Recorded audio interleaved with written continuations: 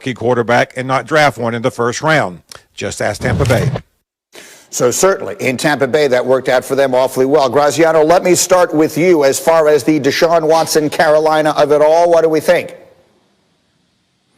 Look, if and when Houston decides to move on from Deshaun Watson, which again, they're telling teams they're not going to, if and when they do, Carolina, I expect to be one of the most aggressive bidders for Deshaun Watson. We've heard a lot from Carolina about how they want to upgrade at quarterback. They have Teddy Bridgewater. He's got a $10 million guarantee as part of his salary this year, but they would eat that if they could upgrade over him. They called about Matthew Stafford and tried to get him before he ended up with the Rams. Deshaun Watson is someone who'd be of great interest to Carolina. In terms of the package that David is talking about, I think that was part of a bold predictions segment, and it certainly is bold, but it's the kind of thing that would absolutely get Houston's attention. You have obviously a highly paid but special player in Christian McCaffrey, and then the 3 first-round picks that would help them rebuild. Remember, Houston light on picks as a result of all those trades that they made for players the last couple of years. All right, so there are some ways in which this makes sense. Torrey, I'm actually going to come to you here because you played in Carolina, and you were telling us this morning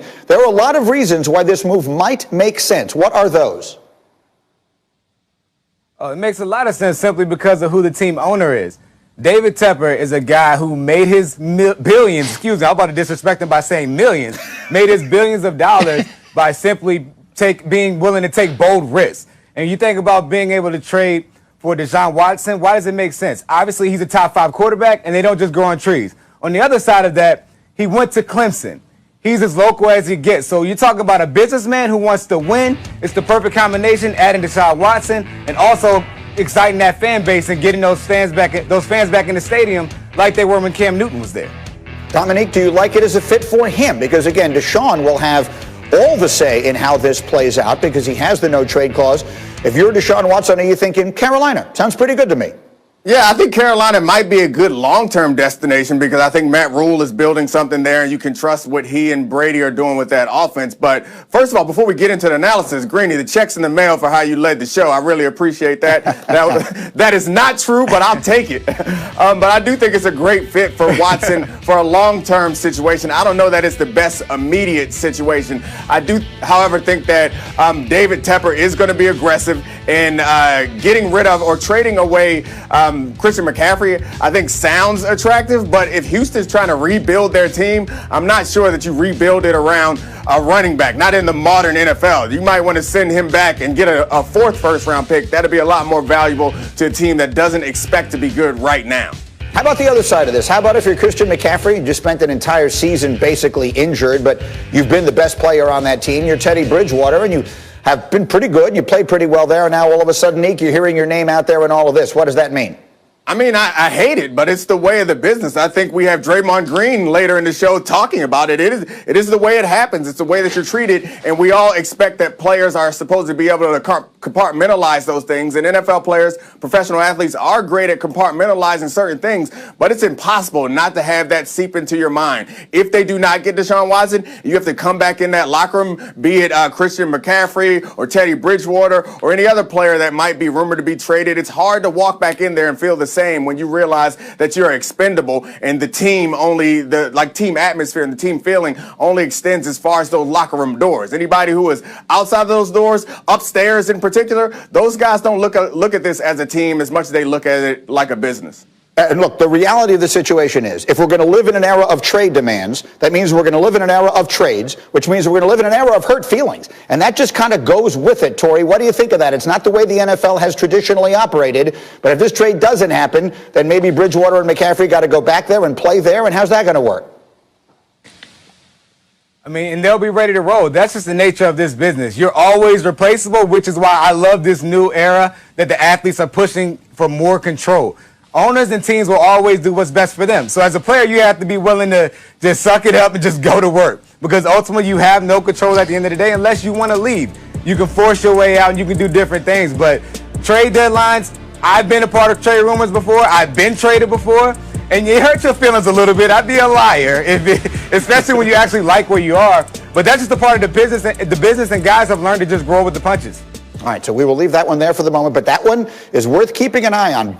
Make a little bookmark next to the Carolina Panthers and the Deshaun Watson possibilities. Meanwhile, let's move on to Cleveland, because that's an interesting destination potentially for a superstar. Baker Mayfield led the Browns to an 11-5 record this year, even without Odell Beckham for 9 regular season games. Mayfield had his best season by far. Cleveland made the playoffs for the first time since 2002, won a playoff game for the first time since the 90s, and now they are looking to potentially add that man, J.J. Watt, to a defense that was tied for the 10th fewest pressures in the NFL last season. And this sort of came to the fore yesterday. Mary Kay Cabot, who's an outstanding reporter in Cleveland, tweeted, ex-Texans J.J. Watt is seriously considering the Browns as one of the options because they have a lot of what he wants, sources tell Cleveland.com. So there are a lot of different ways to analyze this. Dominique, I'm going to start with this one first.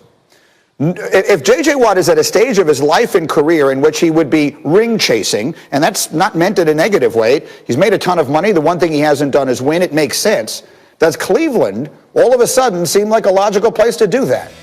No, not given the other possibilities that are out there. Like Green Bay is another one that's rumored. I think Buffalo is getting some rumors. Those teams feel closer to me to championships than Cleveland. I think when Mary Kay Cabot says it has a lot of the things that he wants, I think those things are Myles Garrett. Like that sounds really attractive to a guy like J.J. Watt, who is double teamed so much and is still an effective pass rusher from both the inside and the outside. I think what's attractive about Cleveland is playing in the vicinity of Myles Garrett and knowing that you're not the number one priority. For the first time in your career, you walk out on the field and offensive linemen and offensive coordinators are stressing out about somebody else. And you can go in there and make plays and contributions from either the tackle or the edge spot in the way that you probably have never, ever, ever been able to do in the history of your career. Even when Jadeveon Clowney was there, the offenses were still focused on finding ways to stop J.J. Watt. So if J.J. Watt can stay healthy and play opposite Myles Garrett, that's a problem. Otherwise, I don't know that Cleveland is the best place to to win a championship. Certainly, if you're looking at recent history, it's not the case. 3-time Defensive Player of the Year is J.J. Watt. So, Tori, imagine you're him. Imagine you're him at this moment in your career. Where are you thinking, I'm going to sign, and it gives me the best chance to win? I think Cleveland is a solid option simply because this isn't the same Cleveland Browns. But the reality of it is, like Dominique said, there are better options out there. If I was J.J. Watt, he really has a storybook ending on two sides. He can go back to Wisconsin and play for the Green Bay Packers and be in his hometown or in his home state, or he can go and play with his brothers, which is the option that I would choose. If you're going to go and compete at a place that is not a sure thing, it's not like picking the Kansas City Chiefs, which is a popular destination for anyone that wants to chase a ring at this point because of Patrick Mahomes. But Pittsburgh has a rare opportunity for him to play with both of his brothers, TJ and Derek. And that's something that, again, you couldn't even write a story better than this. And if I was JJ, because it's not all about the money at this point, that's the place that I would consider. So, Dan Graziano, what are we hearing as we look around the league here? What are we hearing about possible destinations for JJ? What I've been told is, yes, the priority for J.J. Watt is that he wants to win. He wants a place that gives him a chance to win. And that, yes, the two most appealing options would be Pittsburgh because his brothers play there and Green Bay because of his connection to Wisconsin. And obviously both of those are organizations that have long histories of winning and have been contending teams in recent years. So those are very appealing. He's gotten interest from a lot of different places. Cleveland, yes. Tennessee.